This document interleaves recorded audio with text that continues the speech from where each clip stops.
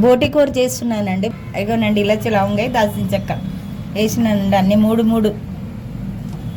ఇప్పుడు ఉల్లిగడ్డ వేస్తున్నానండి. ఇగోనండి అల్లం ఎల్లిగడ్డ వేస్తున్నా. ఇగోనండి పుదీనా, అది పచ్చిమిరకాయలు, కొద్దిగా కరివేపాకు వేసి కలుపుకోవాలండి. పసుపు అండి సగం స్పూను. ఇగోనండి బోటి ఉడకబెట్టినాను నేను. ఉడకబెట్టి వాసన వస్తుంది కదా, ఉడకబెట్టి అంతా వాటర్ అంతా తీసేసి ఇప్పుడు వేస్తున్నానండి.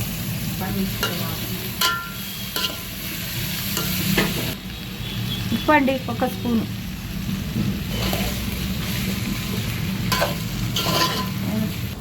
షాజీరా, లవంగాయ అండి, దాల్చిన చెక్క, ఇలాచి దంచి వేసుకోవాలండి.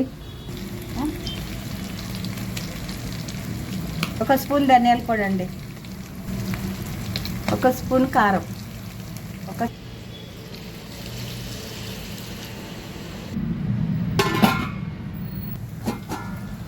గరం మసాలా అండి,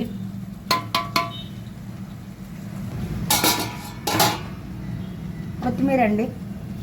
కలుపుకొని ఇంకా స్టవ్ బంద్ చేయాలి.